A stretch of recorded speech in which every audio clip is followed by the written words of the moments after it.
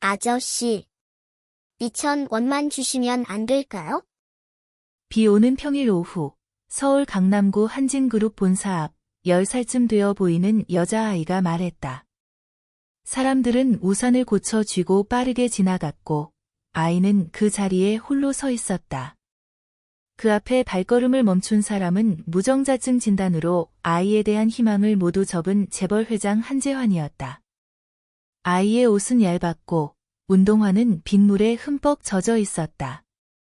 고개를 숙인 채 아이는 같은 말을 몇 번이고 반복했다.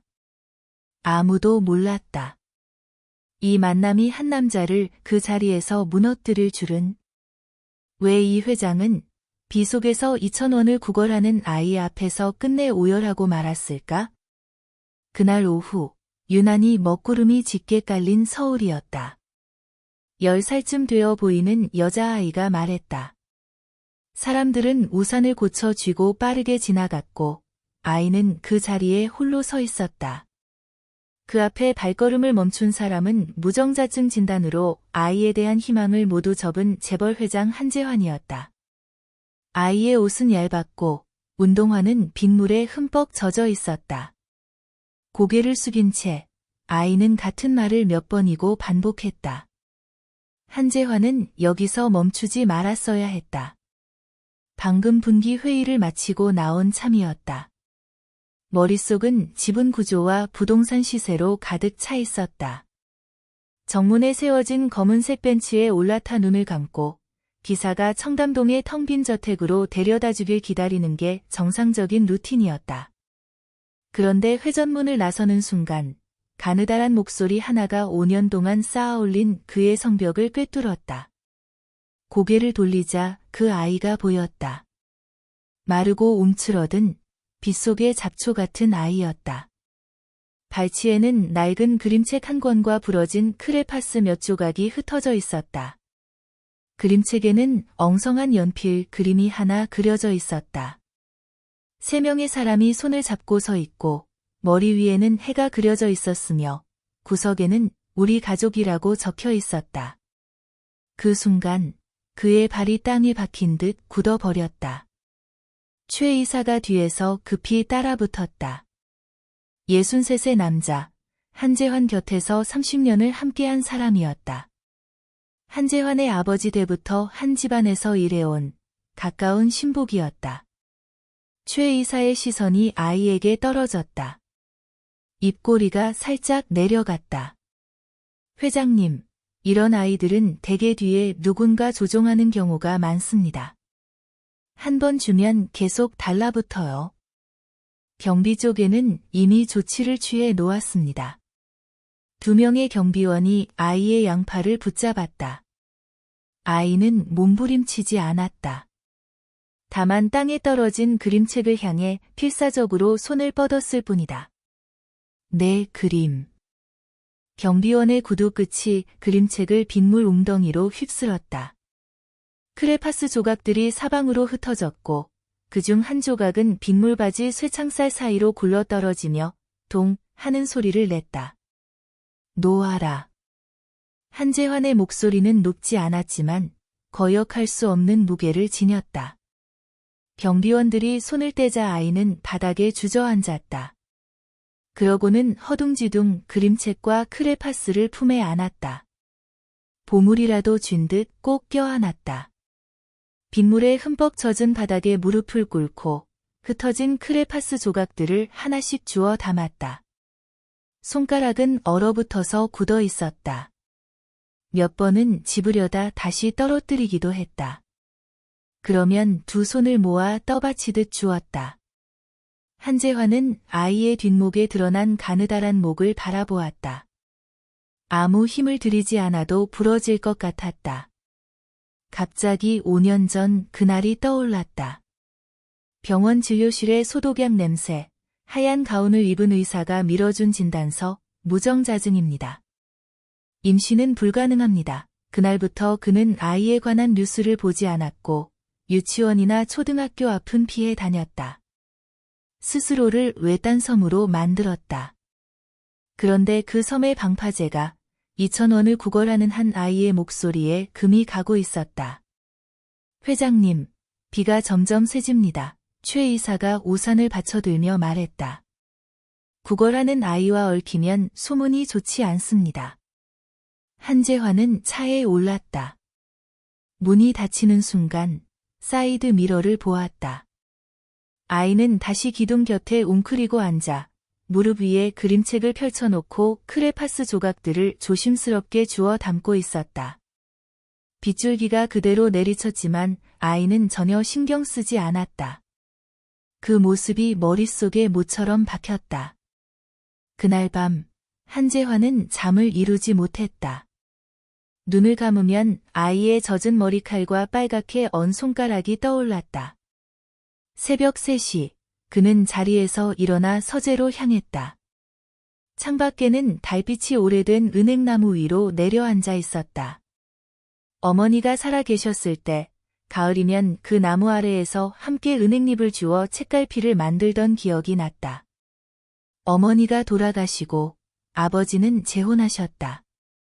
그때부터 그 집은 더 이상 집이 아니었다. 그는 평생 무언가를 잃어왔다. 어머니, 그리고 아버지의 진심, 마지막으로 가정을 이룰 자격까지. 그 진단서는 단지 생식 능력만 앗아간 것이 아니었다. 인생의 모든 기대를 통째로 빼앗아갔다. 확진을 받은 그 주, 그는 방에 틀어박혀 나오지 않았다. 최 이사가 문 앞에 식사를 갖다 놓아도 손도 대지 않았다. 진단서를 몇 번이고 뒤척이며 읽었다. 그러고 나서야 방 밖으로 나왔다. 그리고 그는 온기가 없는 사람이 되었다. 그런데 그 아이가 빗속에서 웅크리고 있던 모습이 자꾸만 떠올랐다. 며칠 동안 그는 출퇴근할 때마다 무의식적으로 그 기둥 쪽을 바라보았다. 아이는 없었다. 첫째 날도, 둘째 날도, 셋째 날도. 그는 한숨을 내쉬었다. 그러나 그 한숨 밑에는 내쉬지 못한 또 다른 한숨이 숨어 있었다. 넷째 날 오후, 이사회가 끝난 뒤 그는 옆문으로 나와 잠깐 공기를 마시려 했다. 그런데 모퉁이를 돌자 발걸음이 멈췄다. 아이가 있었다. 여전히 낡은 흰색 얇은 겉옷을 입고 있었다. 낡은 야구 모자를 하나 쓰고 있었다. 소방 통로 옆에 웅크리고 앉아 그림책을 펼쳐놓은 채였다. 펼쳐진 페이지에는 3명의 작은 사람이 그려져 있었다. 가끔 직원들이 지나가면 아이는 작은 목소리로 말을 걸었다. 아저씨, 아줌마, 2,000원만 주시면 안 될까요? 대부분은 못 들은 척 지나쳤고 두어 명은 그림을 잠시 내려다보다가 고개를 저으며 걸음을 재촉했다. 아이는 그런 사람들을 붙잡지 않았다. 사람들이 가고 나면 다시 고개를 숙여 빨간색 크레파스 조각으로 그림에 무언가를 덧그렸다. 한재환이 걸어갔다. 구두 소리에 놀란 아이가 고개를 들었다. 그를 알아보자 눈이 반짝였지만 곧 다시 어두워졌다. 아마 이런 큰 회사의 회장님 같은 사람이 자신을 신경 쓸 리 없다고 생각한 모양이었다. 이름이 뭐니? 한재환이 쪼그려 앉아 물었다. 아이는 잠시 망설이다가 작게 대답했다. 강지윤이에요. 한재환은 그 이름을 입안에서 몇 번 되뇌었다. 그러고는 지갑에서 1,000원짜리 지폐 2장을 꺼내 건넸다. 여기. 강지윤은 그 2,000원을 한참 동안 멍하니 바라보았다. 그러고는 갑자기 고개를 들어 그를 쳐다보았다. 눈가가 순식간에 빨개졌다. 두 손으로 조심스럽게 돈을 받아쥐고는 허리를 3번이나 깊이 숙였다. 고맙습니다, 아저씨. 정말 고맙습니다. 돈을 받아준 손이 떨리고 있었다. 엄마가 약을 사실 수 있어요. 그때였다. 회장님? 또 이 아이입니까? 최 이사의 목소리가 뒤에서 들렸다. 그는 곧바로 경비원들을 손짓으로 불렀다. 저 아이를 치워. 앞으로 건물 50m 안에는 접근하지 못하게 해. 경비원들이 달려들어 아이를 잡아챘다. 그 바람에 2,000원이 아이의 손에서 날아갈 뻔했다. 아이는 돈을 꼭 쥐었지만 발밑의 그림책은 경비원의 발에 스쳐 빗물 웅덩이로 다시 굴러떨어졌다. 크레파스 조각들이 그림책 사이에서 사방으로 흩어졌다. 그중 한 조각은 빗물바지 쇠창살 틈으로 굴러들어가 동 하는 소리와 함께 사라졌다. 내 그림. 아이가 몸부림치며 주우려고 했지만 경비원이 팔을 붙잡아 들어 올렸다. 손에는 여전히 2,000원을 꼭 쥐고 있었다. 손가락 마디가 하얗게 질렸다. 하지만 눈동자는 땅바닥에 굴러다니는 크레파스 조각들과 빗물에 흠뻑 젖은 그림책을 따라 움직이고 있었다. 놓으라니까. 한재환이 일어서며 단호하게 말했다. 경비원이 놀라 손을 떼자 아이가 땅에 주저앉았다. 그러고는 물에 젖은 그림책을 먼저 집어들었다. 소매로 표지를 닦으려 했지만 더러워지기만 했다. 종이 위에 세 사람 그림이 번져서 작은 아이의 모습이 회색 빛깔로 흐려졌다. 강지윤의 눈물이 뚝뚝 떨어졌다. 젖은 종이 위로 떨어지는 눈물방울은 빗물인지 눈물인지 구분할 수 없었다. 그리고 빗물바지 쇠창살 틈으로 손가락을 집어넣어 그 크레파스 조각을 꺼내려 했지만 쇠창살은 꼭 닫혀 있어 손가락이 들어가지 않았다. 그만둬. 한재환이 쪼그려 앉아 흩어진 크레파스 조각들을 주워 주었다. 그의 손가락이 우연히 아이의 손등에 닿았다. 그 순간 그의 가슴이 강하게 조여졌다. 그 손은 거칠고 갈라져 있었다. 갈라진 틈 사이로 가느다란 핏줄기가 베어 있었고 손바닥과 손가락 마디에는 두꺼운 굳은 살이 박여 있었다. 10살짜리 아이의 손이 이래서는 안 되었다. 그는 문득 20살이던 겨울이 떠올랐다. 그때 하은이도 작은 식당 주방에서 설거지를 하다가 이렇게 손이 갈라졌었다. 그와 똑같은 감촉이었다. 하은. 오하은. 20살 때 사랑했던 그녀, 깨끗하고 평범했던 오하은. 회장님, 이쯤에서 그만하시죠. 최 이사의 목소리에 초조함이 섞여 있었다. 한재환은 고개를 들지 않고 마지막 파란색 크레파스 조각을 아이의 손바닥에 살며시 얹어 주었다. 최 이사, 먼저 가 있어요. 최 이사는 입을 열려다가 다시 닫았다. 구두 바닥을 쿵 소리 나게 밟으며 돌아섰다. 지윤이는 그림책을 품에 안고 일어나서 한재환을 향해 깊이 고개를 숙였다. 아저씨, 저 꼭 갚을게요. 한재환은 갚지 않아도 된다고 말하고 엄마가 어느 병원에 있는지 물었다. 아이는 고개를 저으며 말하지 못하겠다고 했다. 엄마가 나쁜 사람이 올까봐 아무에게도 말하면 안 된다고 했다. 아이는 그 많은 물건들을 품에 안고 골목 안으로 사라졌다. 한재환은 그 자리에 한참 서 있었다. 정문으로 발걸음을 옮기려는 순간 그는 길 건너편 버스 정류장 아래에 한 여자가 서 있는 것을 발견했다. 낡은 회색 코트를 입고 초췌한 얼굴에 낡은 사진 한 장을 꼭 쥐고 있었다. 그 여자의 시선은 지윤이가 사라진 방향을 따라가고 있었다. 눈물이 소리 없이 흘러내리고 있었다. 여자가 고개를 돌려 도로 건너편에서 그의 시선과 마주쳤다. 한재환의 몸이 마치 감전된 듯 굳어버렸다. 그 얼굴을 기억했다. 11년이 지났지만 그는 여전히 알아보았다. 오하은. 그가 반응하기도 전에 여자는 재빨리 옆 골목으로 걸음을 돌렸다. 회색 코트 자락이 스치듯 사라졌다. 한재환이 한 걸음 앞으로 나섰지만 택시 한 대가 그를 가로막았다. 택시가 지나가고 난 골목은 텅 비어 있었다. 그는 그 자리에 서서 심장이 터질 듯 뛰는 것을 느꼈다. 하은이 어떻게 여기에? 그녀는 왜 저 아이를 보며 울고 있었을까? 2000원, 강지윤, 11년 전 사라진 첫사랑. 모든 조각들이 그의 머릿속에서 빠르게 회전했다. 그는 그 아이의 얼굴을 떠올리려 애썼다.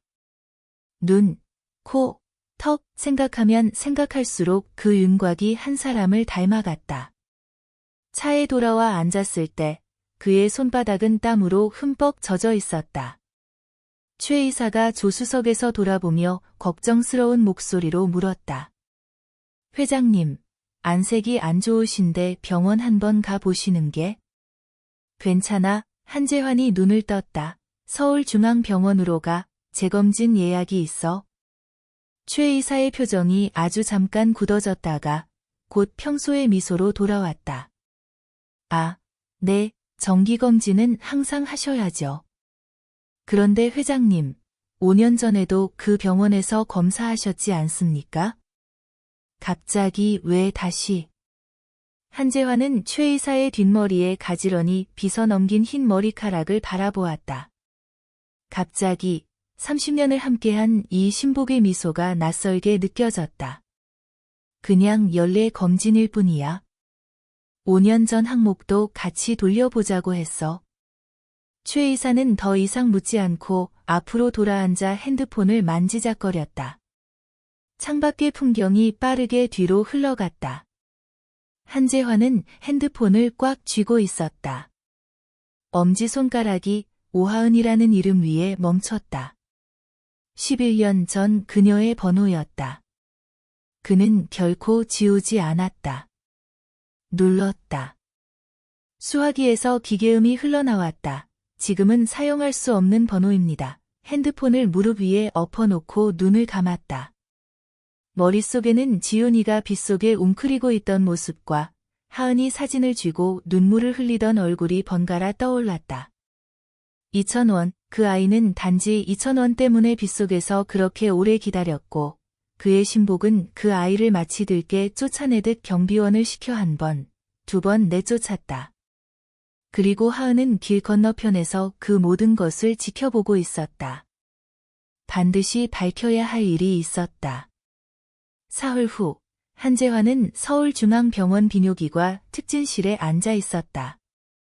손에 쥔 것은 갓 나온 새 검사 결과표였다. 맞은편의 이 교수는 돋보기를 벗으며 놀란 표정을 감추지 못했다. 한 회장님, 이 결과는 5년 전 회장님께서 받으신 납인 보고서와 완전히 반대입니다. 한재환의 손가락이 세게 움츠러들었다. 종이 가장자리가 손바닥에 깊게 파고들었다. 말씀하세요. 이 교수는 오래된 보고서와 새 보고서를 나란히 책상 위에 밀어놓았다. 5년 전 이 보고서는 정액검사에서 무정자증으로 나왔고 호르몬 수치도 정자 생성 기능 장애를 가리키고 있습니다. 그런데 오늘 이 결과는 모든 수치가 정상 범위에 있습니다. 정자 농도, 운동성, 형태 모두 이상이 없습니다. 의학적으로 분명히 말씀드릴 수 있습니다. 회장님의 생식 능력은 전혀 문제가 없습니다. 한재환의 목이 조였다. 5년 전 것은 오진입니까? 오진 가능성도 아예 없는 건 아니지만 이 보고서 자체의 형식에 문제가 있습니다. 이 교수가 5년 전 진단서를 가리켰다. 정식 생식기능 진단은 최소 석 달 간격으로 3번의 재검사를 거쳐야 결론을 내릴 수 있고 진단서에도 반드시 상세한 수치 데이터가 첨부되어야 합니다. 그런데 회장님의 이 진단서에는 결론 한 줄만 있고 재검사 기록도, 주치의 서명도, 병원 정식 로고 형식도 없습니다. 이는 정식 의료 보고서가 아닙니다. 진료실을 나올 때 한재환의 다리가 풀렸다. 복도 벽을 붙잡고 한참을 서 있어야 숨을 고를 수 있었다. 생리적으로 완전히 정상이었다. 그가 5년 동안 외딴섬처럼 살아온 이유는 정식 형식조차 갖추지 못한 가짜 진단서 하나였다. 최 이사가 주선한 병원, 최 이사가 동행했고 최 이사가 확인됐으니 더는 알아보지 마십시오 라고 말했다. 30년의 신뢰가 단 몇 분 사이에 산산조각 났다. 그날 저녁 집으로 돌아온 그는 혼자 서재에 앉아 5년 전 진단서를 꺼냈다. 종이는 누렇게 변해 있었고 모서리는 말려 올라가 있었으며 도장은 흐릿하고 서명은 아무렇게나 쓰여 있었다. 프린터로 뽑아낸 표준 고딕체로 쓰여 있었다. 한 줄은 무정자증, 확진, 다른 한 줄은 권고사항, 추가 치료 불필요. 그게 전부였다. 주치의의 숙이 소견조차 없었다. 뒷면을 뒤집어 보았다. 아무것도 없었다. 조명에 비춰 보아도 평범한 A4 용지였다. 그는 그날 진단서를 받았을 때 자신이 멍한 상태였다는 것을 기억했다. 최 의사가 회장님, 확인됐으니 이만 가시죠 라고 말하자 그는 그냥 따라 나섰다. 그때의 그는 마치 누군가가 이끄는 꼭두각시 같았다. 5년이 지나 돌아보니 모든 걸음이 다른 사람이 깔아 놓은 벽돌 위를 밟고 있었다. 최 의사가 깔아 놓은 벽돌이었다. 한 걸음, 한 벽돌. 5년 동안 그 벽돌은 그를 막다른 골목으로 몰아넣었다. 한재환은 당시의 주치의였던 김정수 원장에게 전화를 걸었다.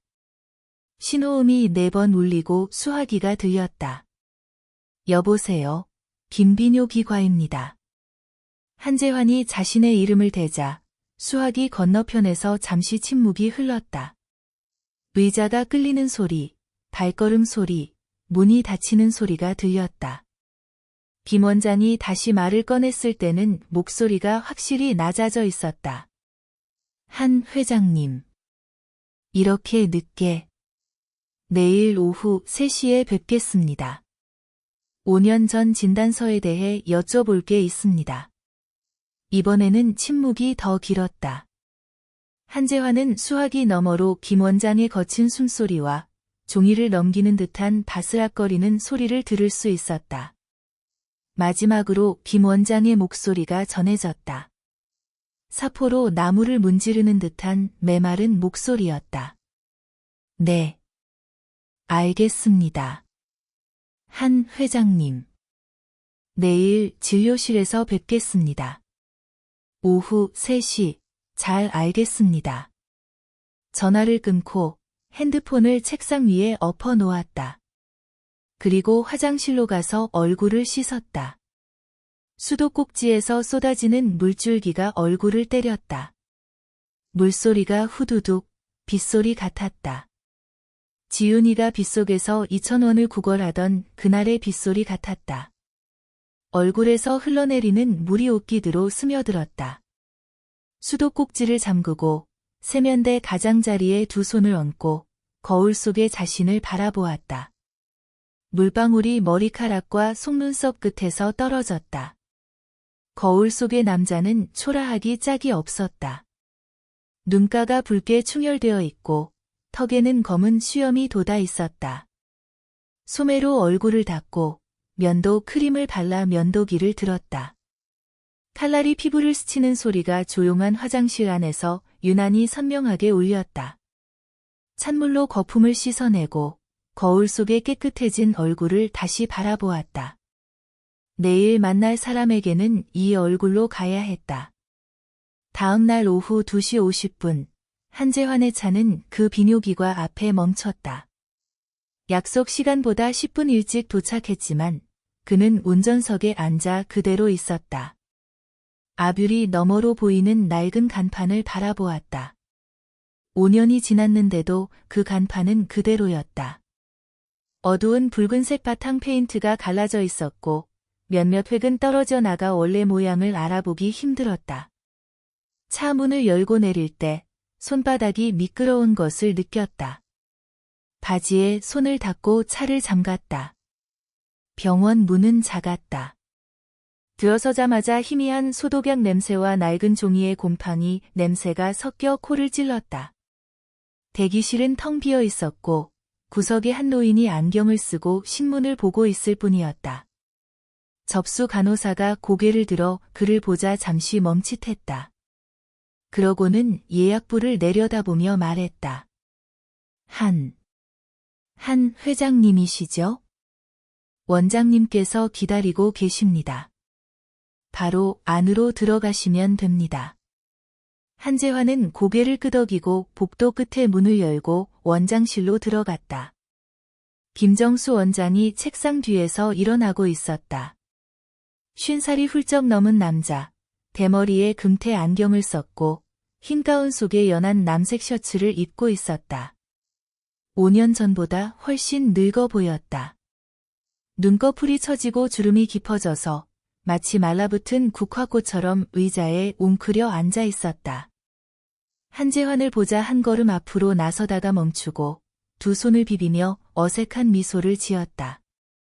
한 회장님, 앉으세요. 앉으세요. 한재환은 앉지 않았다. 서류 가방에서 봉투를 꺼내 진단서를 김 원장의 책상 위에 펼쳐 놓았다. 5년의 세월이 종이를 누렇게 만들었지만 그 위의 글씨는 여전히 선명했다. 무정자증, 확진. 김 원장의 시선이 그 종이에 고정되었다. 그의 표정 변화는 아주 미세했지만 한재환은 포착했다. 동공이 수축했다. 입꼬리가 살짝 내려갔다. 목젖이 움직였다. 이 미세한 반응들이 마치 전류처럼 이어져 하나의 답으로 향하고 있었다. 김 원장님, 한재환의 목소리는 놀랍도록 평온했다. 어제 서울중앙병원에서 다시 검사를 받았습니다. 결과는 완전히 정상이었습니다. 즉, 5년 전 당신이 나에게 준 이 진단서는 가짜입니다. 김 원장의 몸이 굳어졌다. 그는 천천히 의자에 다시 앉았다. 두 손을 책상 위에 올리고 깍지를 꼈다. 10개의 손가락이 서로를 꽉 움켜쥐고 있었다. 그는 고개를 숙인 채 진단서를 바라보았다. 너무 오래 바라보아서 한재환은 그가 입을 열지 않을 것이라고 생각했다. 마침내 그는 깊은 숨을 들이마셨다. 숨을 들이쉴 때 그의 가슴이 부풀어 올랐다가 천천히 길게 내뱉었다. 마치 5년 동안 가슴에 담아두었던 모든 것을 한꺼번에 쏟아내는 듯했다. 한 회장님, 이 날이 올 줄 알고 있었습니다. 김 원장의 목소리는 쉰 목소리였다. 5년 동안 단 하루도 편히 잠든 적이 없습니다. 매일 밤 눈을 감으면 회장님이 그 가짜 진단서를 들고 나가시던 뒷모습이 떠올랐습니다. 회장님의 근황도 찾아봤습니다. 회장님이 결혼도 안 하시고 아이도 없이 지내신다는 뉴스를 보고 제가 한 사람의 인생을 망쳤다고 생각했습니다. 누가 시킨 겁니까? 김 원장이 고개를 들었다. 그의 눈동자에는 마치 모든 것이 끝났다는 듯한 공허함이 스며 있었다. 최 이사입니다. 최창수 씨요. 그는 회장님 아버님의 명함을 가지고 저를 찾아왔습니다. 자신은 한 집안의 오랜 신복이며 이 진단서는 한 회장님 본인을 위한 것이고 가문의 이익을 위해 확실한 결론을 내려야 한다고 했습니다. 제가 왜 재검사를 하지 않느냐고 묻자 재검사는 시간을 끌 뿐이고 회장님 집안의 내부 일정에 차질을 빚을 것이라고 했습니다. 그는 하나도 빠짐없이 모든 것을 설명했고 심지어 회장님 아버님께서 그에게 가문 의료 업무를 대행하도록 위임한 서류 사본까지 보여줬습니다.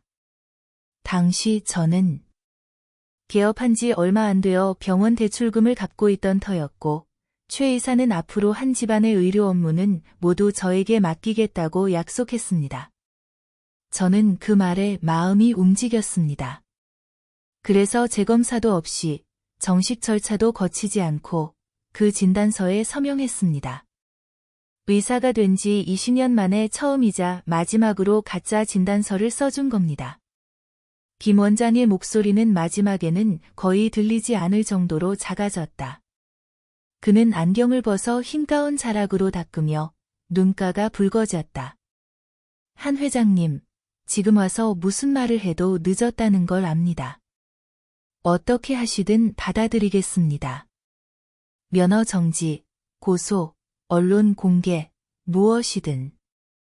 한재환은 고개를 숙인 이 남자를 바라보았다. 분노?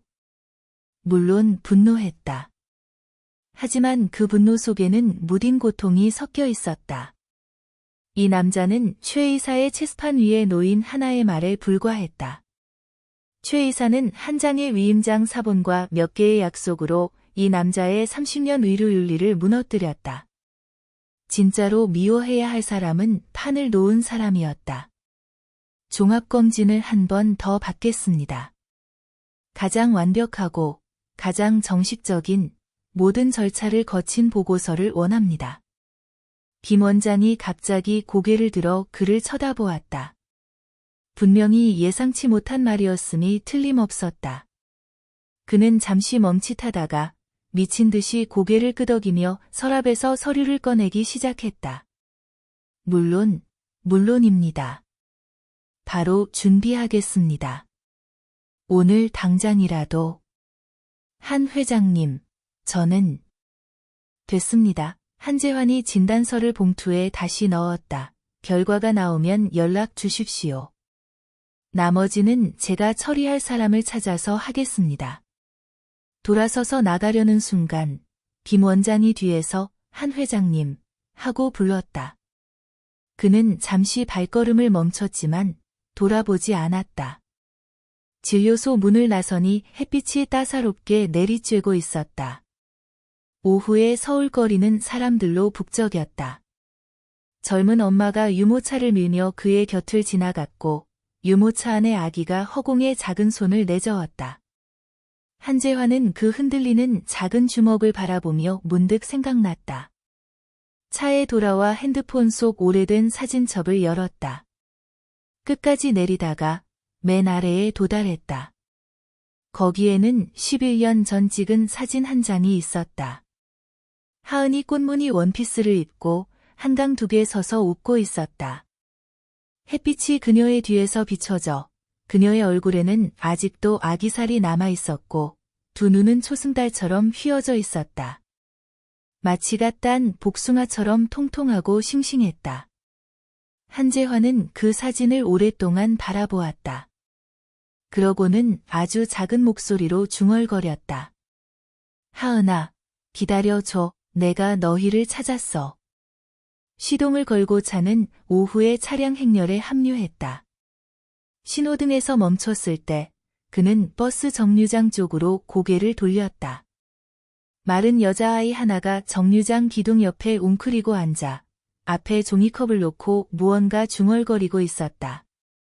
한재환의 심장이 덜컥 내려앉았다. 하지만 다음 순간 그는 그것이 남자아이라는 것을 알아챘다. 교복을 입고 있었고 책가방을 메고 있었다. 지훈이가 아니었다.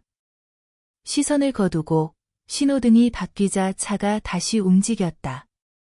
하지만 그의 손바닥은 다시 미끄러웠다.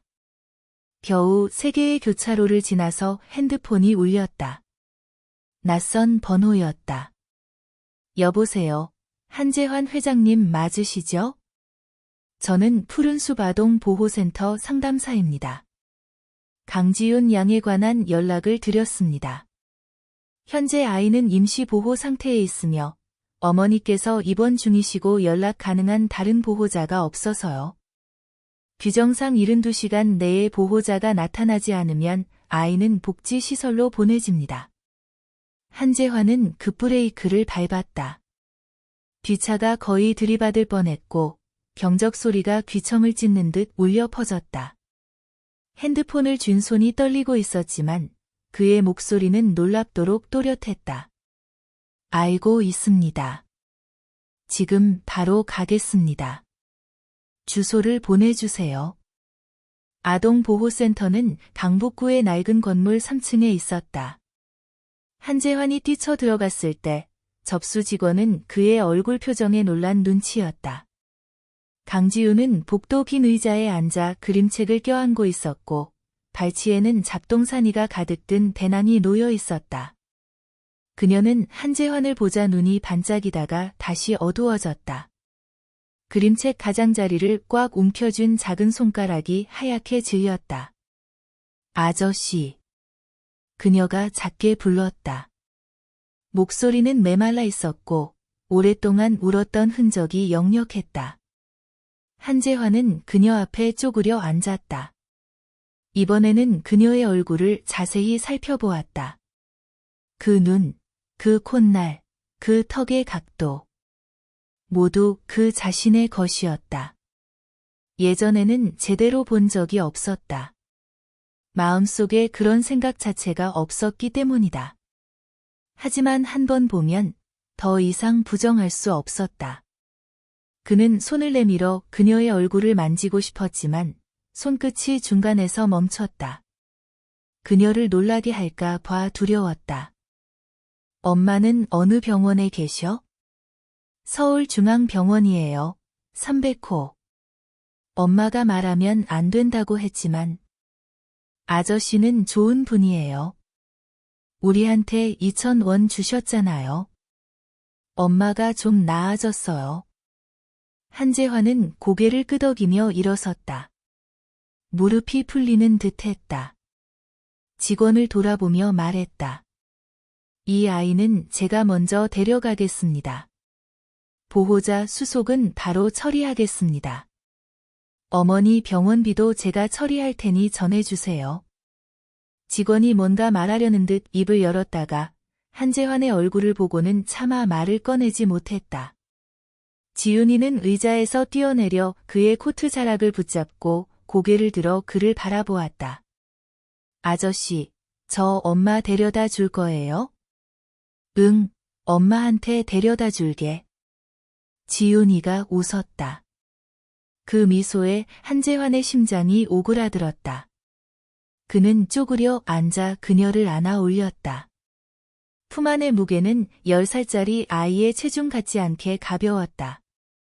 그녀는 그의 어깨에 매달려 작은 팔로 그의 목을 감쌌고 두 사람 사이에 껴있는 그림책이 그의 가슴에 걸쳐져 있었다. 서울중앙병원 3층 300호 병실. 한재환은 지훈이를 복도 의자에 앉히고 깊은 숨을 한 번 들이마신 뒤 문을 열었다. 병실은 작았다. 창가 침대에 한 여자가 누워 있었다. 너무 말랐다. 회색 환자복이 텅 빈 몸에 걸쳐져 있었고 얼굴은 하얗게 질려 있었으며 눈구멍은 움푹 패였다. 머리카락은 누렇게 메말라 베개 위에 마른 풀처럼 흩어져 있었다. 하지만 그 얼굴을 한재환은 기억했다. 11년이 지났고 이렇게 야윈 모습이지만 그는 여전히 알아보았다. 오하은. 그녀는 잠든 것 같았다. 숨결이 너무 얕아서 한재환은 침대 곁에 서서 한참을 지켜봐야 그녀가 숨을 쉬고 있다는 것을 확신할 수 있었다. 그는 천천히 침대 옆 의자에 앉았다. 그녀의 손끝을 만지고 싶었지만 다시 거두었다. 병실은 고요했다. 복도에서 가끔 발걸음 소리가 지나갔다가 멀어졌고 심전도 모니터가 약하고 규칙적인 소리를 내고 있었다. 한재환은 등받이에 기대지 않고 앉아 있었다. 그의 시선은 침대 위의 여인 여자에게서 떠나지 않았다. 11년 전의 기억이 한 장면 한 장면 떠올랐다. 그때 그녀는 웃으면 얕은 보조개가 생겼고 걸을 때는 깡충 뛰었으며 기쁘면 그의 팔짱을 끼고 머리를 그의 어깨에 기대곤 했다. 그녀는 통통했고 볼이 살짝 올라와 있었다. 그가 하은아, 너 계속 먹으면 동그래진다 고 놀리면 그녀는 볼을 부풀리며 쳐다보곤 했다. 하지만 지금의 하은은 너무 말랐다. 광대뼈가 두드러지고 이불 밖으로 나온 손가락은 뼈마디가 선명하게 드러나 있었으며 손가락 마디에는 작은 흉터들이 가득했다. 설거지하다 베인 상처, 그릇을 나르다 데인 상처, 밤샘하며 요리하다 베인 상처. 한재환은 그 흉터들을 바라보며 가슴 속의 눈통이 파도처럼 밀려오는 것을 느꼈다. 하은의 눈꺼풀이 움직였다. 그녀는 천천히 눈을 떴다. 동공은 처음에는 초점이 맞지 않아 천장을 향해 흐릿하게 응시하다가 천천히 고개를 돌려 한재환의 시선과 마주쳤다. 병실의 공기가 멈췄다. 오하은의 눈동자가 먼저 흐릿함에서 믿기지 않음으로 바뀌었다. 입술이 살짝 벌어졌지만 소리가 나오지 않았다. 그녀는 몸을 일으키려고 애썼다. 팔꿈치가 침대 위에서 떨렸고 한재환이 급히 그녀의 어깨를 붙잡았다. 움직이지 마. 오하은의 눈물이 터져 나왔다. 첫 방울이 마른 뺨을 타고 흘러내려 회색 환자복 위에 어두운 자국을 남겼다. 그리고 두 번째, 세 번째. 그녀는 손을 들어 눈물을 닦으려 했지만 자꾸만 더 흘러내렸다. 어깨가 심하게 떨렸다. 한재환은 그녀의 손을 잡았다. 그녀의 손은 차갑고 말라서 뼈만 남은 듯했다. 하지만 그 손이 그의 손에 잡힌 순간 더욱 심하게 떨렸다. 하은아, 그는 그녀의 이름만을 불렀다. 그 뒤의 말들은 모두 목구멍에 막혀 나오지 않았다. 오하은은 고개를 저었다. 미친 듯이 고개를 저었다. 입술이 떨리다가 간신히 한마디를 내뱉었다. 재환아. 정말 재환이야? 내가 꿈꾸는 거 아니지? 나야. 한재환은 그녀의 손을 더 꼭 쥐고 다른 손으로 그녀의 눈물을 닦아주었다. 그의 손끝도 떨리고 있었고 그가 그녀의 차가운 피부에 닿았을 때 두 사람 모두 몸을 떨었다. 하은이 갑자기 무엇인가 생각난 듯 침대에서 벌떡 일어나려 했다. 이불을 걷어올리는 동작에 스웨트 라인이 꼬였고 바늘이 피부 아래에서 휘어져 그녀가 아파서 숨을 헐떡였다. 지윤이는요? 우리 애. 밖에 있지? 괜찮아? 밖에 있어. 잘 있어. 내가 데려왔어. 하은이 그를 뚫어지게 바라보았다. 눈물이 잠시 멈췄다가 더 거세게 쏟아졌다. 그녀는 한재환의 손을 놓고 침대 옆 탁자로 몸을 돌렸다. 너무 급히 움직여 침대에서 떨어질 뻔했고 한재환이 그녀를 붙잡았다. 그녀는 탁자 맨 아래에서 낡은 지갑을 꺼냈다. 지갑의 안쪽 주머니를 열고 누렇게 변한 작은 사진 한 장을 꺼냈다. 사진의 모서리는 달아 둥그러졌고 표면에는 깊은 주름 자국이 있었다. 수없이 접었다 폈다 한 흔적이었다. 그녀는 사진을 한재환에게 건네며 그 사진을 든 손이 떨려 거의 놓칠 뻔했다. 그것은 초음파 사진이었다. 6주 된 태아, 작고 마치 콩알 같았다. 사진 아래에는 손으로 쓴 날짜가 적혀 있었다. 11년 전 가을이었다. 하은이 그의 눈을 바라보며 떨리는 입술로 또렷하게 말했다. 재환아, 지윤이는 내 딸이야. 한재환은 사진을 받으려던 손이 공중에서 멈췄다. 무언가 말하려 했지만 입술만 벌어졌다가 닫혔다. 머릿속이 하얗게 번쩍였다. 그는 누렇게 변한 작은 사진 속의 흐릿한 콩알 같은 그림자를 내려다보며 손가락으로 사진 모서리의 다른 부분을 살며시 문질렀다. 손가락 끝에는 하은이 11년 동안 수없이 만져왔던 온기가 남아 있었다. 올해 10살이야. 하은의 목소리가 갈라지며 깨져나갔다. 내가 나를 마지막으로 본 것보다 4달이 더 늦게 태어났어. 애가 태어난 날, 나는 혼자 병원에 있었고 14시간 동안 진통을 겪었어. 간호사가 내가 한 사람의 이름을 40번 넘게 불렀다고 했어. 나는 재환아, 재환아, 재환아 하고 불렀어. 계속 너를 불렀어. 그런데 너는 오지 않았어. 지윤이는 간호사가 데리고 1층 식당으로 내려갔다. 병실에는 2사람만 남았다. 하은은 등 뒤에 베개 2개를 받치고 침대에 기대어 있었고 한재환은 의자를 끌어다 침대 옆에 앉았다. 2사람의 손은 계속해서 맞잡혀 있었다. 어디서부터 말해야 할까? 하은의 시선이 창밖의 저녁 노을을 따라 움직였다. 내가 내 삶에서 사라진 그날부터 말해줄게.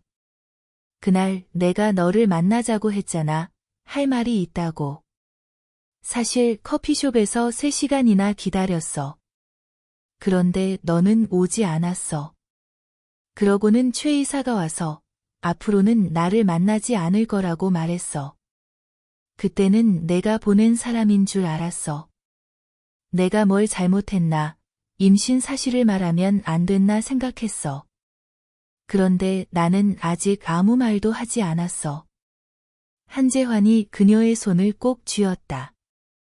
목구멍이 막혀 말이 나오지 않았다. 하은은 그를 보지 않고 계속 창밖을 바라보았다. 그때 나는 식당에서 일하고 있었어. 오전 10시부터 오후 3시까지, 오후 5시부터 밤 10시까지.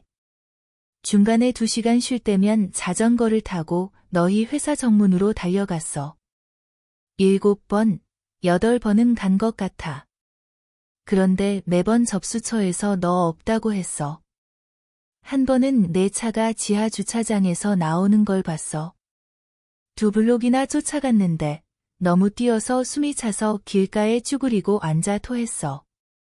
그때 임신 4개월이었어. 그녀가 웃었다.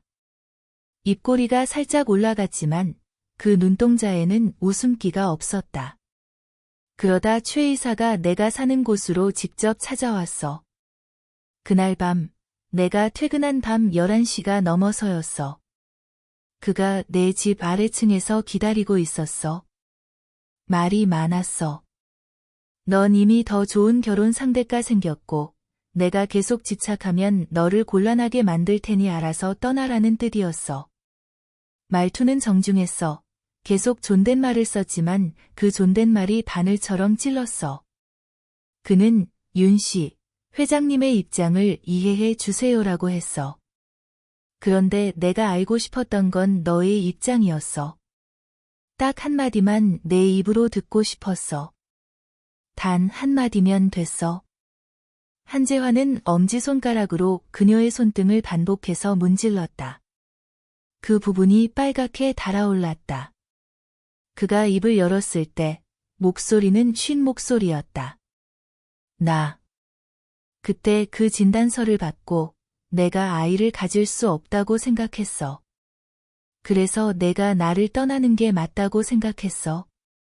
내가 너에게 완전한 가정을 줄 수 없으니까. 하은이 드디어 고개를 돌려 그를 바라보았다. 그녀의 눈에는 원망이 없었다. 오직 너무 많은 고통을 겪고 난 뒤에야 얻을 수 있는 평온함만이 담겨 있었다.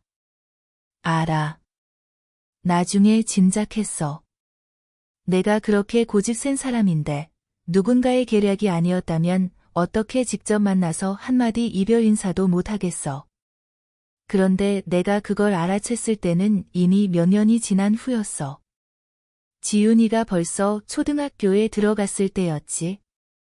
그녀는 그 11년 동안의 이야기를 하기 시작했다. 한재환은 그녀의 손을 꽉 쥐었다. 손가락 마디가 하얗게 질렸다. 지윤이를 낳을 때는 겨울이었어. 새벽 2시에 진통이 시작됐어. 나는 혼자 출산 준비물을 챙겨서 택시를 타고 병원에 갔어. 택시 기사가 내가 끙끙대는 걸 보고 남편은요? 라고 물었어. 나는 없다고 했어. 그는 아이고 한마디 하고는 더 이상 묻지 않았어. 병원에 도착해서 수속을 마치고 간호사가 보호자 오냐고 물었어. 안 온다고 했어. 아마 미혼모인 줄 알았나 봐. 눈빛이 좀 그랬지만 뭐라 말하지는 않았어. 진통이 14시간이나 계속됐고 애를 낳을 때쯤엔 힘이 다 빠져서 정신이 없었어. 간호사가 애를 안아 내 가슴 위에 올려놓았어. 작고 여린 것이 울음소리가 엄청 컸어. 그 순간 눈물이 펑 쏟아졌어. 나는 마음속으로 생각했어. 재환아, 너한테 딸이 생겼어. 알겠어? 너한테 딸이 생겼다고. 하은이, 너한테 딸이 생겼어. 라는 말을 할 때 목소리가 깨져버렸다. 그녀는 얼굴을 돌렸다. 한재환이 손을 내밀어 그녀의 눈물을 닦아주었다. 자신의 눈가도 붉어졌다. 미안해. 하은아, 정말 미안해. 끝까지 들어줘. 하은이 코를 풀고 손으로 얼굴을 훔친 뒤 다시 그의 손을 잡았다. 그 후로 혼자 키웠어. 처음이 제일 힘들었어. 지훈이는 밤에 잠을 안 자고 안으면 자다가도 내려놓으면 울었어. 나는 그녀를 안고 자그마한 월세방 안을 이리저리 걸었어. 밤이 깊도록 해가 뜰 때까지. 해가 뜨면 그녀는 자고 나는 다시 일하러 나갔지. 그때 편의점 야간 알바를 했어. 오후 6시부터 새벽 2시까지. 지훈이는 아래층 아줌마께 맡기고 한 달에 20만 원을 들였어. 그 20만 원은 내가 밥을 줄여서 모은 거였어. 살이 8kg나 빠져서 옷이 다 헐렁해졌고 허리 둘레가 28인치에서 24인치로 줄었어. 그래도 지훈이는 잘 먹고 예쁘게 자랐어. 아줌마가 아이고, 이 아이는 편모 가정에 같지가 않네 하면 나는 너무 기뻤어. 한재환은 무언가 말하려 했지만 입술이 떨리다가 겨우 한마디를 내뱉었다. 너무 힘들었겠다. 힘들었냐고?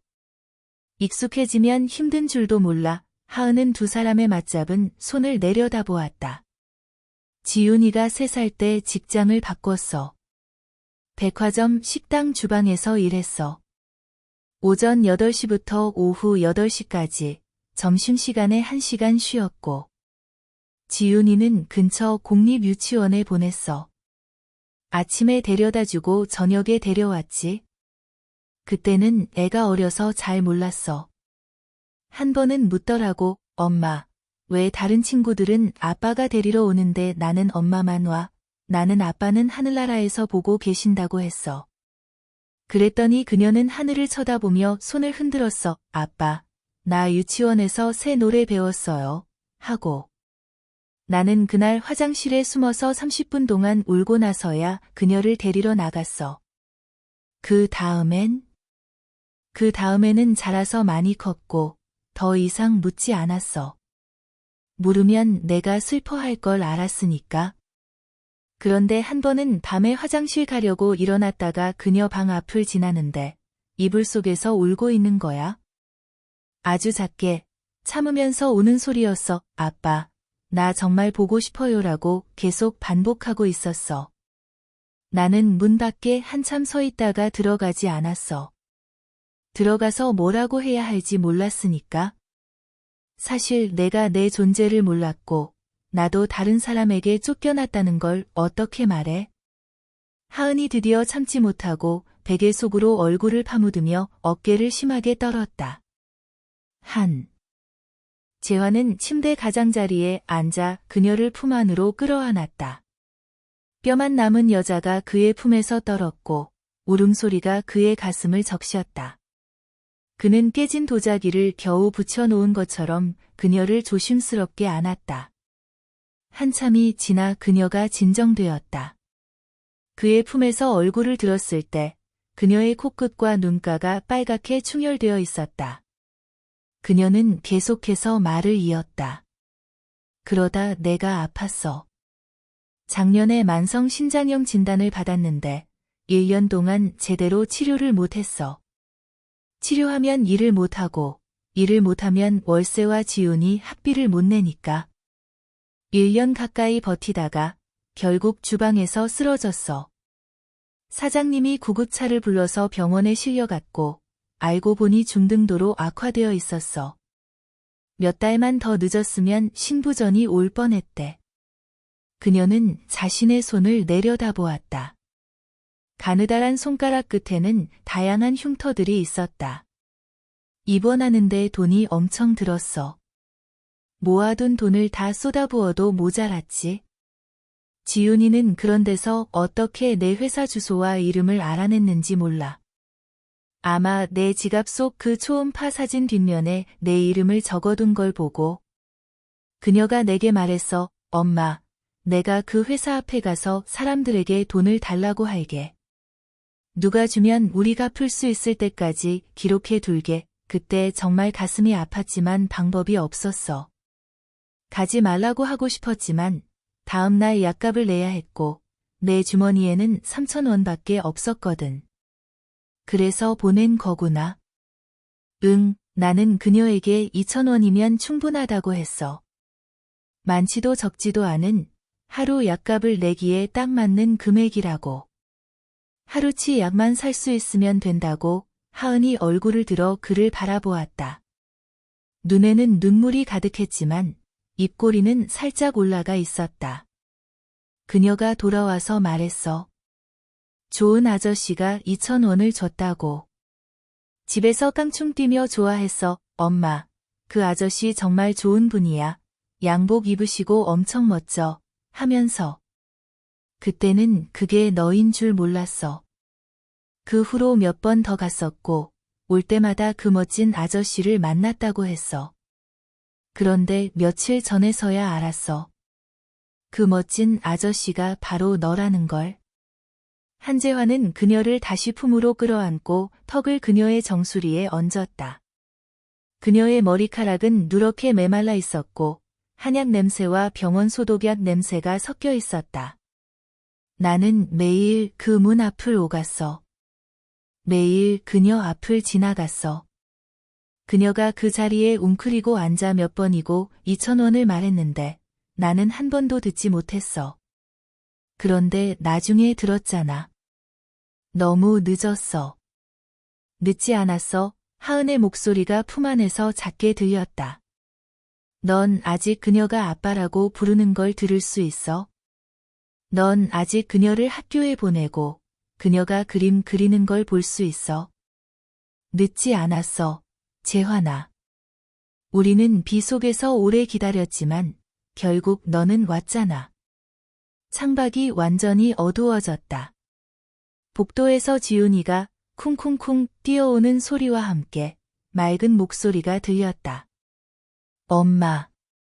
나 돌아왔어. 한재환은 하은을 놓고 얼굴을 닦은 뒤 일어나서 문을 열었다. 지훈이는 막대사탕을 하나 들고 뛰어들다가 그의 다리에 거의 부딪힐 뻔했다.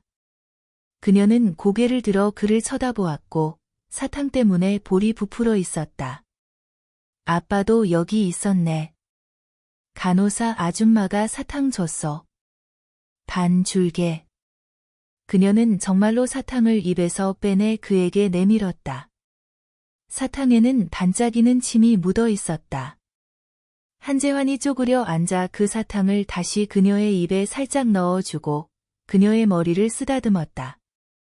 아빠는 안 먹을게. 내가 먹어. 지훈이는 사탕을 물고 그를 향해 활짝 웃었다. 앞니가 아직 다 나지 않아서 생긴 틈이 불빛 아래에서 유난히 두드러졌다. 한재환은 그 미소를 바라보며 지난 11년의 모든 어둠이 이 순간 한꺼번에 거치는 것 같았다. 하은이 뒤에서 가볍게 웃었다. 그 웃음소리는 가늘었지만 진실했다. 그는 일어나 지훈이를 안아 올렸다. 어린아이가 그의 목을 꼭 감싸 안으며 사탕을 입안에서 옮기며 중얼거렸다. 아빠, 너 냄새 좋아. 그는 그녀를 안고 침대 옆으로 걸어갔다. 세 사람이 그 좁은 병상에 함께 모여 앉았다. 창밖에는 서울의 야경이 반짝이고 있었다. 그의 품 안에는 이 세상에서 가장 무거운 것이 자리 잡고 있었다. 병원에서 나온 것은 이미 깊은 밤이었다. 한재환은 혼자 차를 몰아 회사로 향했다. 핸들을 쥔 손가락이 하얗게 질릴 정도로 힘을 주고 있었다. 오늘 하루 그는 너무 많은 것을 감당해야 했다. 가짜 진단, 친딸, 11년 전 갈라진 연인. 아직 끝나지 않은 일이 하나 있었다. 만나야 할 사람이 있었다. 30년의 신뢰, 30년의 충성, 30년 동안 당신을 위해서라는 명목으로 그의 인생을 산산조각낸 사람. 한재환은 엑셀러레이터를 밟았다. 2개의 황색 신호등을 연속으로 통과했고 3번째 교차로에서는 거의 택시와 충돌할 뻔했다.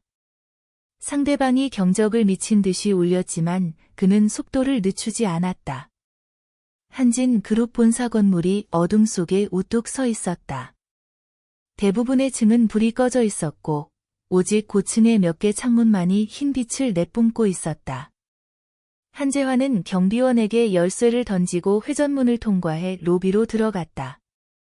엘리베이터를 타고 최 이사 사무실이 있는 층으로 올라갔다.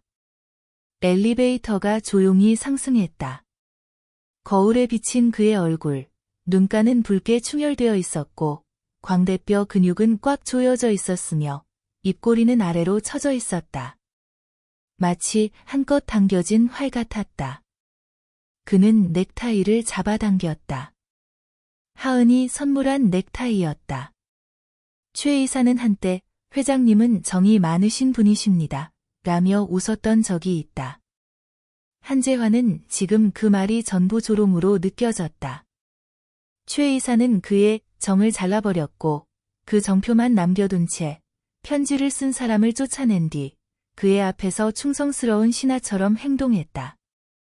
엘리베이터가 딩 하고 도착했다. 복도의 센서등이 하나둘 켜지며 그를 인도했다. 복도 끝에 문이 반쯤 열려 있었고 따뜻한 노란 빛이 새어나오고 있었다. 한재환은 문 앞에 잠시 멈춰 섰다가 손을 들어 문을 밀었다. 최 이사는 책상 뒤에 앉아 고개를 젖힌 채 눈을 감고 있었다. 문이 열리는 소리에 천천히 눈을 떴다. 한재환을 보자 몸이 분명히 잠깐 굳어졌다. 하지만 곧 평소의 냉정함과 침착함을 되찾았다. 하지만 한재환은 보았다. 그 순간의 당혹감을. 회장님, 이렇게 늦게. 내가 올 줄 알았지? 한재환이 사무실로 들어서며 문을 다시 닫았다. 카닥 하는 가벼운 소리가 자물쇠가 채워지는 듯 울렸다. 최 이사의 시선이 그 문을 따라갔다. 목젖이 움직였지만 부인하지는 않았다. 너는 이미 알고 있었어. 한재환이 한 걸음 한 걸음 다가왔다. 하은이 임신한 것, 지윤이가 태어난 것, 11년 동안 그 모녀가 겪은 모든 일, 너는 전부 알고 있었어. 최 이사의 입술이 살짝 움직였다. 회장님, 우선 앉으시고. 대답해. 사무실의 공기가 얼어붙었다. 최 이사가 천천히 자리에서 일어나 책상 가장자리에 두 손을 얹고 약간 허리를 굽혔다. 관리가 잘 된 그의 얼굴에 아첨하는 미소가 떠올랐지만 눈에는 웃음기가 없었다. 회장님, 제가 어떤 일을 알고 있었던 것은 인정합니다. 하지만 제가 한 모든 일의 출발점은 오직 회장님과 한 집안을 위한 것이었습니다. 회장님 아버님께서 생전에 저에게 당부하셨습니다. 창수야, 내 아들은 정이 너무 많아. 내가 잘 챙겨봐라. 회장님 아버님의 말씀입니다. 30년 전의 일이죠. 아버지께서 내가 가는 길을 잘 살피라고 한 거지. 내 인생을 망치라고 한 게 아냐. 한재환의 목소리는 가볍지만 그 속에는 날카로운 칼날이 숨겨져 있었다. 너는 하은의 편지를 가로채고 하은의 소식을 막았으며 내 진단서를 위조했어. 그리고 그녀를 빗속에서 오후 내내 기다리게 한 끝에 더 이상 집착하지 마라는 말만 전했지. 그녀는 지금 병원에 누워있고 그 병실은 3명이 함께 쓰는 좁은 방이야. 수액은 직접 배를 눌러야 간호사가 오고 2,000원짜리 약값조차 10살짜리 딸이 거리에서 구걸해야 해. 내가 말해봐. 아버지께서 너한테 내가 가는 길을 잘 살피라고 했을 때 이런 것까지 하라고 했어? 최 이사의 표정에 금이 갔다. 냉정한 가면이 도자기처럼 깨져나가며 그 아래에 숨겨진 당혹감과 변명이 드러났다. 회장님, 당시 상황이 얼마나 복잡했는지 모르십니다. 그해 그룹은 해외 M&A를 논의 중이었고 회장님의 결혼 상태는 주가와 투자자의 신뢰에 직결되는 문제였습니다.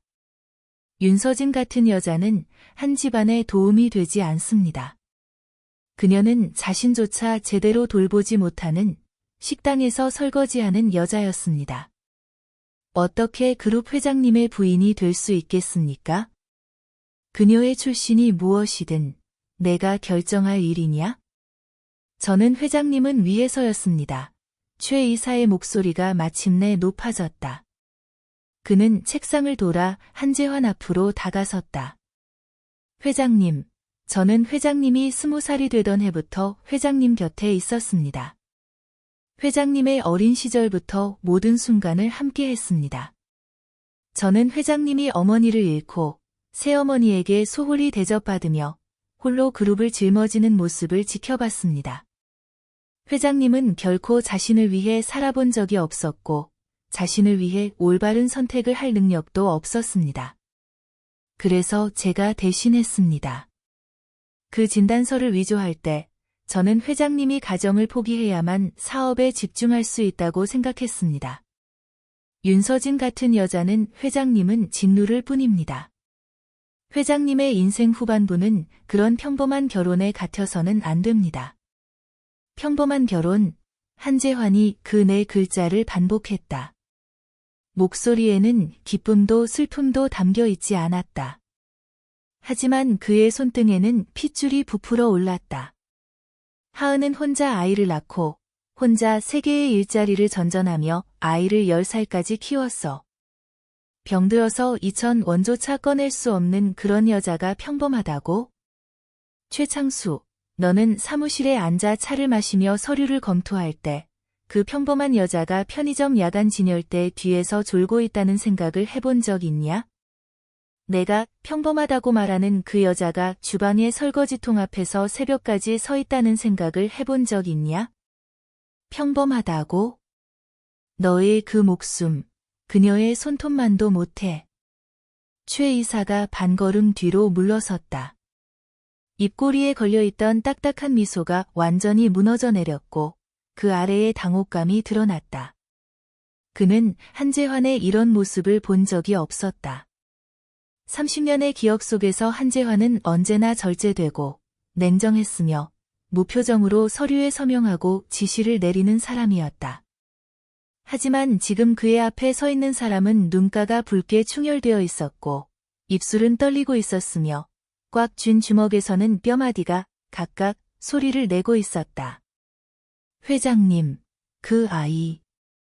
그 지훈이라는 아이는 인정하실 수 없습니다. 최 이사의 목소리는 낮아졌지만 그 어조는 여전히 고집스러웠다. 저는 이미 조치를 취했습니다. 해외 기숙학교로 보내기로 했고 비용은 제가 개인적으로 부담하겠습니다. 소문이 잦아들면 다시 말해봐. 회장님은 그 아이를 인정하실 수 없습니다. 그녀의 어머니 출신이 문제입니다. 언론에 회장님에게 사생아가 있다는 사실이 알려지면 그룹 주가는 폭락할 것입니다. 회장님이 20년 동안 쌓아올린 사업 제국이. 한재환이 책상을 주먹으로 내리쳤다. 굉음이 심야의 사무실을 울려 퍼졌고 책상 위에 서류와 펜, 탁상 시계가 튀어올랐으며 물컵이 넘어져 책상 위로 흘러내린 물이 카페트 위로 뚝뚝 떨어졌다. 최 이사는 몸을 움츠리며 뒤로 물러섰고 등이 뒤쪽 책장에 부딪혀 몇 권의 책이 비틀거리며 그의 발밑으로 떨어졌다. 최창숙, 한재환의 목소리가 완전히 차가워졌다. 30년 동안 나는 너를 최 이사라고 불렀고 내 아버지는 너를 창수라고 불렀다. 그런데 오늘 나는 너를 이렇게 부르겠다. 도둑이라고. 너는 내 11년을 훔쳤다. 내 딸의 유년 시절을 훔쳤고 내가 그녀의 손을 잡고 학교에 보내는 아침을 훔쳤고 내가 그녀와 함께 그림을 그리던 주말을 훔쳤고 내가 분만실 밖에서 그녀의 첫 울음을 들을 권리를 훔쳤다. 너는 내 인생을 훔쳐 쓰레기통에 던져놓고 그게 나를 위한 일이라고 말했다. 최 이사의 눈이 마침내 젖었다. 그는 땅에 흩어진 책들을 내려다보며 목젖을 몇 번 굴렸다. 회장님. 저는 내일 사표를 제출해라. 한재환의 목소리는 마치 공문서를 낭독하듯 흔들림 없이 이어졌다. 모든 직책에서 즉시 물러나. 너의 사무실은 오늘 밤으로 정리될 것이고 너의 인사기록은 내 아버지 시절부터 오늘까지 전부 봉인된다. 30년 전부계에게나 먹인 셈치겠다. 회장님, 최 이사가 갑자기 고개를 들어 목소리를 높였다. 제가 한 집안을 위해 얼마나 많은 일을 했는지 아십니까? 회장님 아버님이 돌아가셨을 때 제가 지켰고, 회장님 어머니의 일도 제가. 너는 이미 알고 있었어. 한재환이 한 걸음 한 걸음 다가왔다. 하은이 임신한 것, 지윤이가 태어난 것, 11년 동안 그 모녀가 겪은 모든 일, 너는 전부 알고 있었어. 최 이사의 입술이 살짝 움직였다. 회장님, 우선 앉으시고. 대답해. 사무실의 공기가 얼어붙었다. 최 이사가 천천히 자리에서 일어나 책상 가장자리에 두 손을 얹고 약간 허리를 굽혔다. 관리가 잘 된 그의 얼굴에 아첨하는 미소가 떠올랐지만 눈에는 웃음기가 없었다. 회장님, 제가 어떤 일을 알고 있었던 것은 인정합니다. 하지만 제가 한 모든 일의 출발점은 오직 회장님과 한 집안을 위한 것이었습니다. 회장님 아버님께서 생전에 저에게 당부하셨습니다. 창수야, 내 아들은 정이 너무 많아. 내가 잘 챙겨봐라. 회장님 아버님의 말씀입니다. 30년 전의 일이죠. 아버지께서 내가 가는 길을 잘 살피라고 한 거지. 내 인생을 망치라고 한 게 아냐. 한재환의 목소리는 가볍지만 그 속에는 날카로운 칼날이 숨겨져 있었다. 너는 하은의 편지를 가로채고 하은의 소식을 막았으며 내 진단서를 위조했어. 그리고 그녀를 빗속에서 오후 내내 기다리게 한 끝에 더 이상 집착하지 마라는 말만 전했지. 그녀는 지금 병원에 누워있고 그 병실은 3명이 함께 쓰는 좁은 방이야. 수액은 직접 배를 눌러야 간호사가 오고 2,000원짜리 약값조차 10살짜리 딸이 거리에서 구걸해야 해. 내가 말해봐. 아버지께서 너한테 내가 가는 길을 잘 살피라고 했을 때 이런 것까지 하라고 했어? 최 이사의 표정에 금이 갔다. 냉정한 가면이 도자기처럼 깨져나가며 그 아래에 숨겨진 당혹감과 변명이 드러났다. 회장님, 당시 상황이 얼마나 복잡했는지 모르십니다. 그해 그룹은 해외 M&A를 논의 중이었고 회장님의 결혼 상태는 주가와 투자자의 신뢰에 직결되는 문제였습니다. 윤서진 같은 여자는 한 집안에 도움이 되지 않습니다. 그녀는 자신조차 제대로 돌보지 못하는 식당에서 설거지하는 여자였습니다. 어떻게 그룹 회장님의 부인이 될 수 있겠습니까? 그녀의 출신이 무엇이든 내가 결정할 일이냐? 저는 회장님은 위에서였습니다. 최 이사의 목소리가 마침내 높아졌다. 그는 책상을 돌아 한재환 앞으로 다가섰다. 회장님, 저는 회장님이 20살이 되던 해부터 회장님 곁에 있었습니다. 회장님의 어린 시절부터 모든 순간을 함께 했습니다. 저는 회장님이 어머니를 잃고 새어머니에게 소홀히 대접받으며 홀로 그룹을 짊어지는 모습을 지켜봤습니다. 회장님은 결코 자신을 위해 살아본 적이 없었고 자신을 위해 올바른 선택을 할 능력도 없었습니다. 그래서 제가 대신했습니다. 그 진단서를 위조할 때 저는 회장님이 가정을 포기해야만 사업에 집중할 수 있다고 생각했습니다. 윤서진 같은 여자는 회장님은 짓누를 뿐입니다. 회장님의 인생 후반부는 그런 평범한 결혼에 갇혀서는 안 됩니다. 평범한 결혼, 한재환이 그 네 글자를 반복했다. 목소리에는 기쁨도 슬픔도 담겨 있지 않았다. 하지만 그의 손등에는 핏줄이 부풀어 올랐다. 하은은 혼자 아이를 낳고 혼자 3개의 일자리를 전전하며 아이를 10살까지 키웠어. 병들어서 2,000원조차 꺼낼 수 없는 그런 여자가 평범하다고? 최창수, 너는 사무실에 앉아 차를 마시며 서류를 검토할 때 그 평범한 여자가 편의점 야간 진열대 뒤에서 졸고 있다는 생각을 해본 적 있냐? 내가 평범하다고 말하는 그 여자가 주방의 설거지통 앞에서 새벽까지 서 있다는 생각을 해본 적 있냐? 평범하다고? 너의 그 목숨, 그녀의 손톱만도 못해. 최 이사가 반걸음 뒤로 물러섰다. 입꼬리에 걸려있던 딱딱한 미소가 완전히 무너져 내렸고 그 아래에 당혹감이 드러났다. 그는 한재환의 이런 모습을 본 적이 없었다. 30년의 기억 속에서 한재환은 언제나 절제되고 냉정했으며 무표정으로 서류에 서명하고 지시를 내리는 사람이었다. 하지만 지금 그의 앞에 서 있는 사람은 눈가가 붉게 충혈되어 있었고 입술은 떨리고 있었으며 꽉 쥔 주먹에서는 뼈마디가 각각 소리를 내고 있었다. 회장님, 그 아이. 그 지훈이라는 아이는 인정하실 수 없습니다. 최 이사의 목소리는 낮아졌지만 그 어조는 여전히 고집스러웠다. 저는 이미 조치를 취했습니다. 해외 기숙학교로 보내기로 했고 비용은 제가 개인적으로 부담하겠습니다. 소문이 잦아들면 다시 말해봐. 회장님은 그 아이를 인정하실 수 없습니다. 그녀의 어머니 출신이 문제입니다. 언론에 회장님에게 사생아가 있다는 사실이 알려지면 그룹 주가는 폭락할 것입니다. 회장님이 20년 동안 쌓아올린 사업 제국이. 한재환이 책상을 주먹으로 내리쳤다. 굉음이 심야의 사무실을 울려 퍼졌고 책상 위에 서류와 펜, 탁상 시계가 튀어올랐으며 물컵이 넘어져 책상 위로 흘러내린 물이 카페트 위로 뚝뚝 떨어졌다. 최 이사는 몸을 움츠리며 뒤로 물러섰고 등이 뒤쪽 책장에 부딪혀 몇 권의 책이 비틀거리며 그의 발밑으로 떨어졌다. 최창숙, 한재환의 목소리가 완전히 차가워졌다. 30년 동안 나는 너를 최 이사라고 불렀고 내 아버지는 너를 창수라고 불렀다. 그런데 오늘 나는 너를 이렇게 부르겠다. 도둑이라고. 너는 내 11년을 훔쳤다. 내 딸의 유년 시절을 훔쳤고 내가 그녀의 손을 잡고 학교에 보내는 아침을 훔쳤고 내가 그녀와 함께 그림을 그리던 주말을 훔쳤고 내가 분만실 밖에서 그녀의 첫 울음을 들을 권리를 훔쳤다.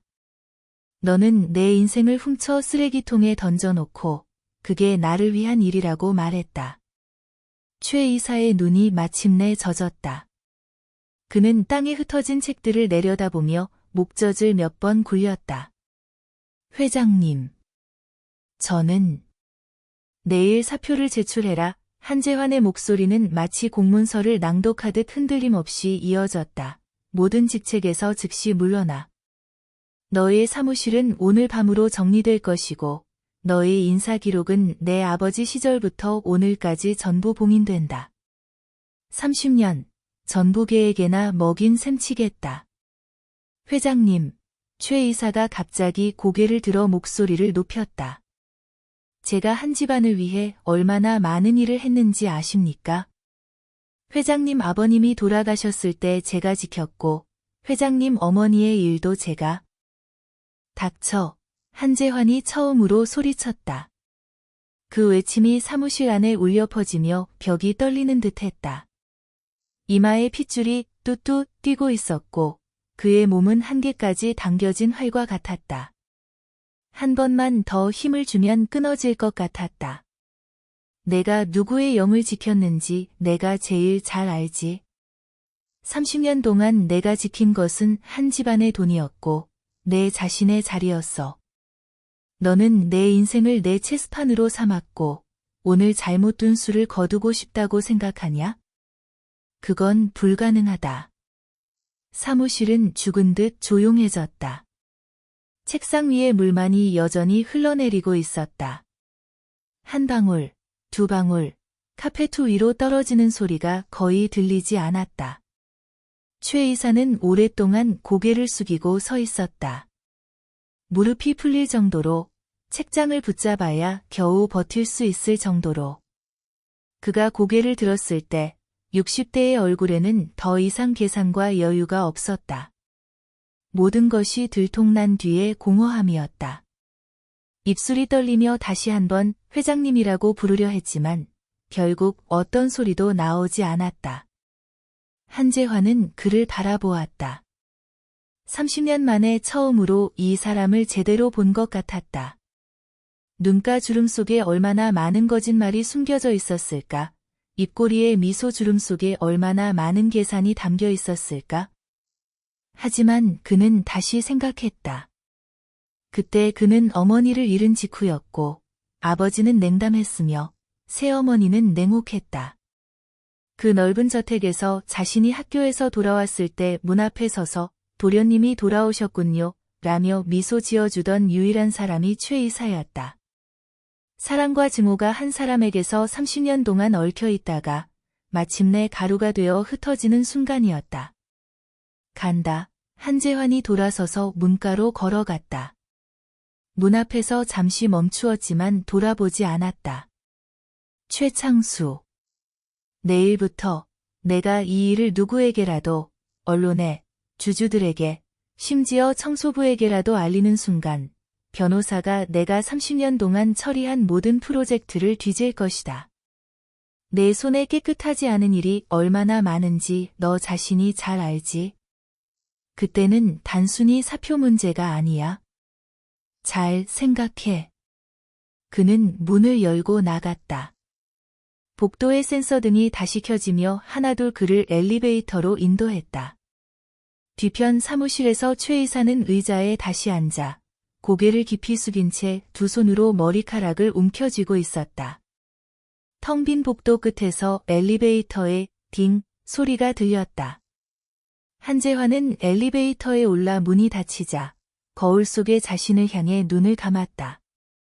오늘 밤의 일은 끝났다. 하지만 도둑맞은 세월, 조작된 진실, 갈라진 새 가족은 영원히 돌아오지 않을 것이다. 그의 딸은 11년 동안 다른 사람을 아저씨라고 불렀고 그의 하은은 분만실에서 그의 이름을 40번 넘게 불렀지만 한 번의 응답도 받지 못했다. 이 모든 것은 남은 생애로도 채울 수 없을 것이다. 엘리베이터가 계속 아래로 내려갔다. 1층에 도착했을 때 그는 눈을 떴다. 로비를 가로질러 회전문을 밀고 밖으로 나가자 찬바람이 얼굴을 스치며 비온 뒤 흙냄새를 실어 날랐다.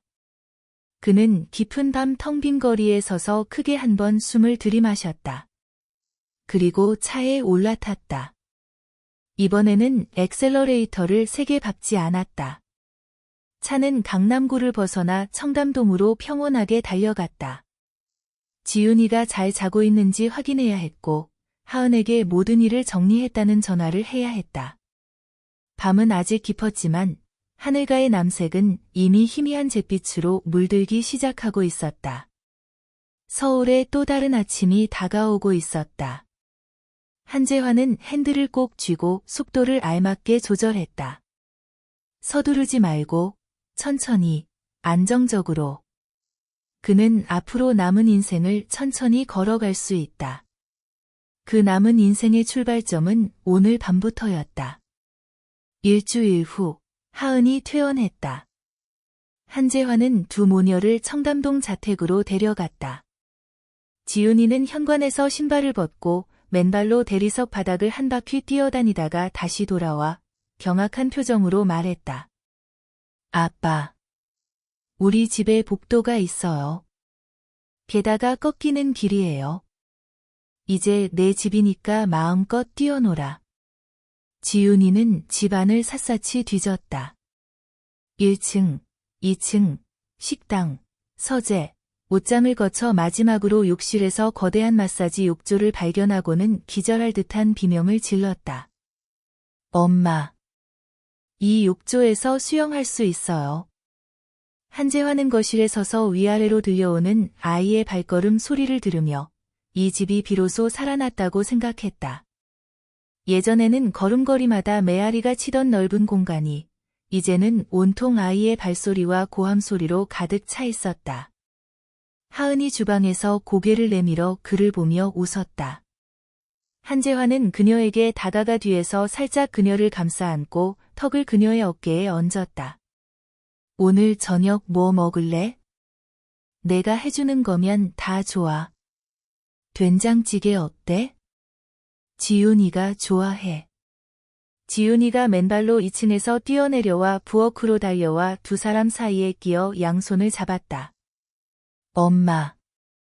우리 저녁 먹으면서 TV 볼 수 있어? 거실 TV 되게 커. 영화관보다 커. 신발부터 신고 지훈이는 혀를 내밀고 다시 뛰어갔다. 한재환과 하은이 서로를 바라보며 웃었다. 첫 번째 주말, 한재환은 지훈이를 데리고 공원에 그림을 그리러 갔다. 그는 16가지 색깔의 크레파스와 새 그림책을 배낭에 챙기고 물 2병과 과자 몇 봉지를 넣었다. 지훈이는 새로 산 꽃무늬 원피스를 입고 2개의 작은 머리띠를 하고 있었다. 아침에 그가 묶어준 것이었는데 1시간 동안 묶다가 3번이나 틀렸고 결국 하은이 더 이상 참지 못하고 도와주었다. 지훈이는 조수석에 앉아 2다리를 흔들며 유치원에서 배운 노래를 흥얼거렸지만 음정이 완전히 엉망이었다. 한재환은 그 소리를 들으며 내내 입꼬리가 올라가 있었다. 공원에 도착해 큰 은행나무 아래 돗자리를 펼치고 지훈이는 크레파스를 가지런히 한 줄로 늘어놓고 그림 그리기를 시작했다. 한재환은 곁에 앉아 그녀를 지켜보았다.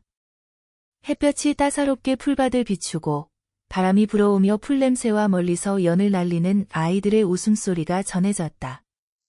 지훈이는 매우 진지하게 그림을 그리고 있었다. 작은 이마에 주름을 잡고 가끔 크레파스를 바꿔 칠하다가 고개를 저으며 다시 지웠다. 아빠, 그녀가 그림을 그리다가 고개를 들었다. 응. 오늘 우리 셋이 연 날리는 거 그려도 돼? 그래. 내가 그리고 싶은 거 다 그려.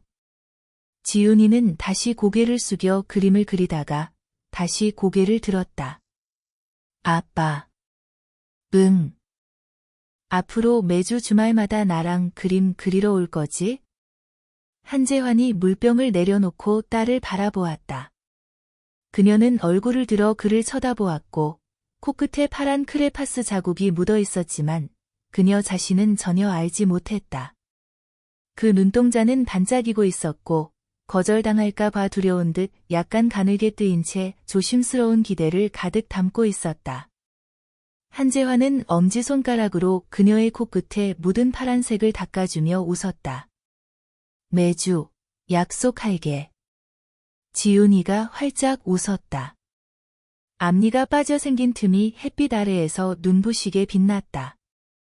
그녀는 다시 그림 그리기에 몰두했고 입에서는 더욱 심하게 음정이 엉망인 노래가 흘러나왔다.